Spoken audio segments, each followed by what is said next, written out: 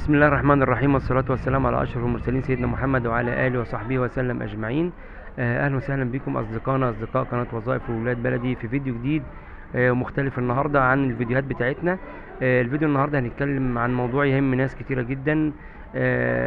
بنلاحظ على الفيسبوك وعلى السوشيال ميديا ناس بتنزل بوستات: يا جماعة ما حدش لقى بطاقة، يا جماعة ما حدش لقى كارنيه، يا جماعة محفظتي ضاعت، يا جماعة شنطتي ضاعت.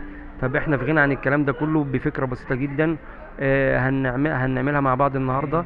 الفكره دي مش هتكلفك كتير، الفكره دي هتكلفك حته ورقه صغيره خالص وعليها حته سولوتيب. بمعنى ايه؟ بس الاول انا بحب اوضح الفكره دي لو عملناها. انت عارفين طبعا المصريين كلنا كمصريين محبين لعمل الخير. بنتلكك عشان نعمل خير بمعنى اصح يعني. طيب الفكره ايه النهارده يا جماعه؟ الفكره ان انا كل حاجه عندي في المحفظه بتاعتي، بطاقتي، كارنيهي، كارنيه تأمين صحي، كارنيه نادي، هحط عليه ورقة زي ما حضرتك شايف كده. تمام. ورقة صغيرة عليها رقم التليفون وعليها سولوتيب من فوق عشان خاطر السولوتيب ده يحمي الورقة من الاحتكاك، ان الرقم اللي عليها ما يضيعش. حضرتك هتكتب رقم تليفونك بالمنظر ده زي ما حضرتك شايف كده معايا. تمام.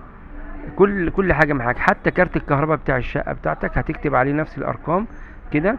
تمام. في الكارنيه ده او البطاقه او المحفظه نفسها في حاله فقدها هتبص هتلاقي اللي هيلاقيها على طول هيجيب رقم التليفون بتاعك وهيتصل يقول لك كارنيهك في الحته الفلانيه، تعال اتفضل مشكورا خده. نفس الحكايه برضو ممكن نعمل في المحفظه بتاعتك ككل. هتحط حته ورقه في اي جيب فاضي عندك فيها رقم تليفونك مع رسالة شكر اللي يلاقيها المحفظة يتصل بيك. برضو نفس الحكاية، عندي أصدقاء كتير مزاجهم أول ما يركبوا الميكروباص الشنطة اللي في إيده الصغيرة اللي هي طالعة جديد بيحط فيها الموبايل بتاعه، بيحط فيها محفظته، بيحط فيها فلوسه على طول. أول ما يركب يحطها على التابلو أو يحطها بينه وبين السواق، ويجي ينزل من الميكروباص ينساها وبعد كده يقعد يلف حوالين نفسه. طيب احنا نعمل حته ورقه ونحطها جوه الشنطه ديت. نفس الحكايه الشنطه بتاعتك الكبيره اللي بتروح بيها الشغل وبتمسكها في ايدك، مفيش مانع ان انت تحط فيها ورقه بتعرف اللي هيلاقي الشنطه مين صاحب الشنطه ورقم تليفونه. بل الموضوع ممكن يتطور لاكتر من كده.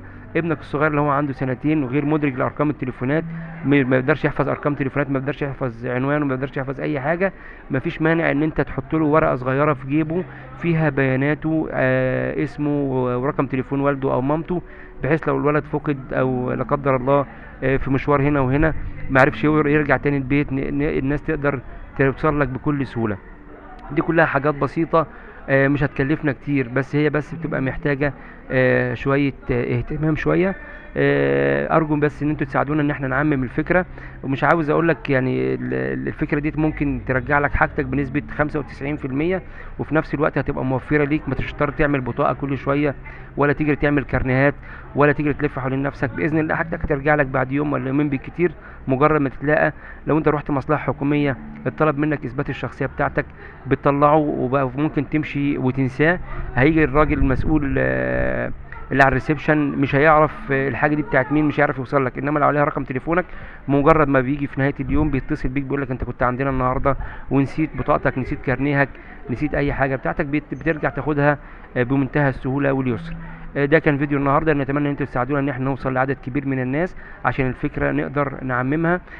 شكرا لكم، وانتظرونا في فيديوهات تانية كتير ان شاء الله. والسلام عليكم ورحمه الله وبركاته.